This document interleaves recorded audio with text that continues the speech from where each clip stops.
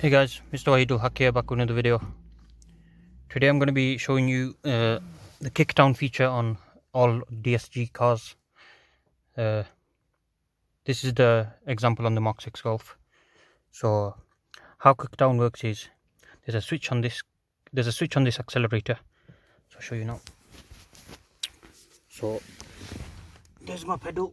As you can see, there's a switch right at the back there, right there.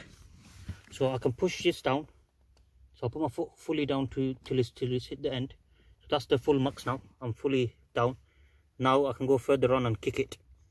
So that's why it's called kick down. So you press it, you can press it, it's like a switch. Are you ready? Can you hear it? So that's the kick down.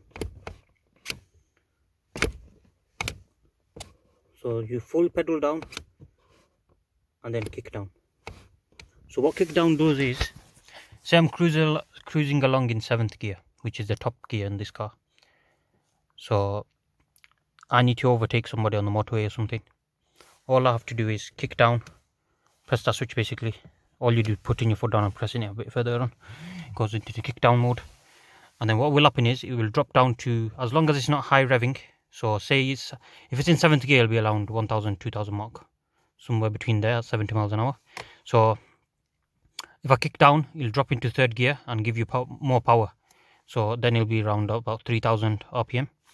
But sometimes, say you're doing like 50 miles an hour in 4th gear or something, or 3rd gear or whatever, and you're high revving, it won't. If you do kick down, it won't work because you're already high revving. Because it needs to be able to. The way kick down works is it drops it into lower gear and high revs, so you get that instant speed. And it works with the turbo as well. So it'll spool up the turbo a bit as well, and you get that instant jolt. Sometimes you get a bit of turbo lag. It depends. Just depends on the situation, guys. But yeah, if you got the flappy paddles, I mean, you can do kick down on there. So all you do is, so the left side is to go down a gear, right side is to go up a gear. All you have to do on that is hold the left side down, just hold it, and then it'll do a kick down basically from there like that. But I don't recommend doing it this way on some cars because it's uncontrollable.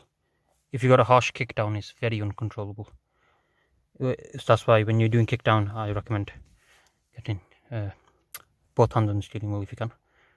Just depends how brutal your kick down is. My kick down's quite brutal. Don't know why. It's probably because my clutch is gone, so it doesn't always pick the right gear and then go boom. So yeah.